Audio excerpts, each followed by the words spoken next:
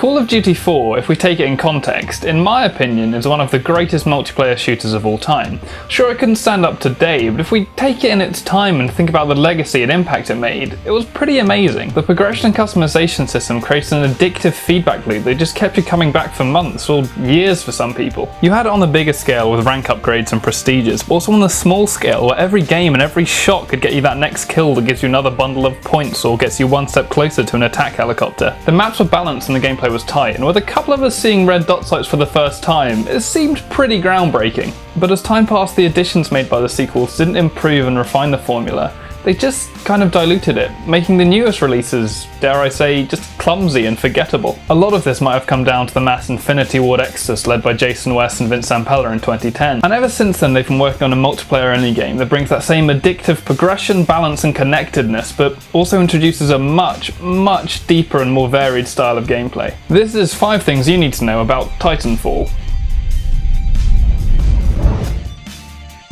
Number 1, it's multiplayer focused. Now Titanfall is blurring the lines between single player and multiplayer, so from the ground up it is a multiplayer game.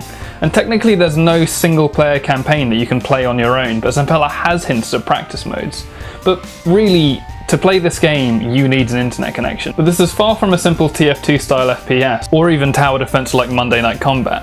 This is a slick cinematic experience, complete with story-based objectives and good-looking and sounding NPCs. It also looks as though the objective will evolve each game. From starting out as a control point match, we've seen the game move to an epilogue section with a gigantic set piece. Respawn has said the maps will be populated with popcorn enemies, which players can kill for experience or just the satisfaction of blowing something up. Producer Dave McCoy said players like getting constant kills and they don't like being killed constantly. Which is what I imagine would happen if I jump back into the Call of Duty series. Number 2, parkour-like player movement will add to the fluidity of battle. We've seen elegant skips, hops and jumps from many games in the past, and while a few have tried, none have brought this into a competitive FPS with any real success. Titanfall equips players with a double jump enabling jetpack and a wall running ability, meaning that the entire map is available for you to gain vantage points or outmaneuver the enemy. Respawn have gone to great lengths to ensure that the maps are, quote, exploration friendly.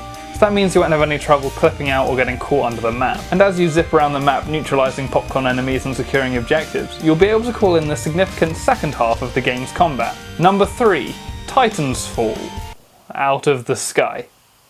Hitting up on the D-pad will drop a Titan from orbit, or commence Titanfall. It's like the game's name.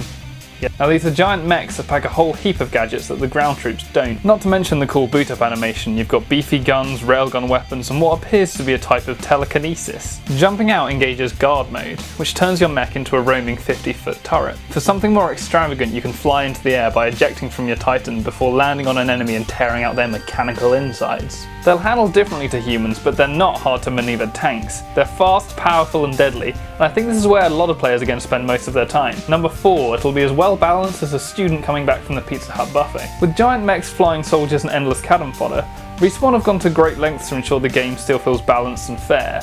And this is where I think Call of Duty has fallen down in recent years, but that's partly due to a poisonously stubborn fan base. An intensely competitive tournament grade shooter this is not, but Respawn have made sure it's balanced for fun. So it doesn't matter what you're doing on the battlefield, it's always going to feel rewarding and enjoyable. Every gun will have its tactical strengths and weaknesses, and humans will be able to survive a Titan with the right know-how. There will be some areas that can only be reached by humans, and they'll gain a significant advantage. But there will also be Titan battlegrounds where a human won't want to step foot in. This is Call of Duty veterans putting their map designing and balancing skills to the test, mixing 2 vastly different styles of gameplay. I imagine it will play out where Titans wage war in the open, satisfying the explosion-craving player with a bloodlust, while humans will weave in and out of buildings, securing objectives and taking areas, which will appeal more to the goal-based players. Number 5, cool gadgets. Now there's no armory out in the open yet, but we've caught a glimpse of some of the amazing death-bringing gadgets, including the assault rifle, an automatic grenade launcher, remote grenades, rocket launchers and a pistol that can line up 3 shots and fire them off simultaneously. And they're all complete with lovely laser sights and ammo counters to remind us that we're in the future. And that, so far, is the little we know about Titanfall. Subscribe if you want to see more news in the future, and remember we've got a whole heap of news, classic reviews, previews and podcasts on our channel. Give this video a like if you enjoyed it, and remember I'll be back with Tom and Kate for a weekly podcast very soon.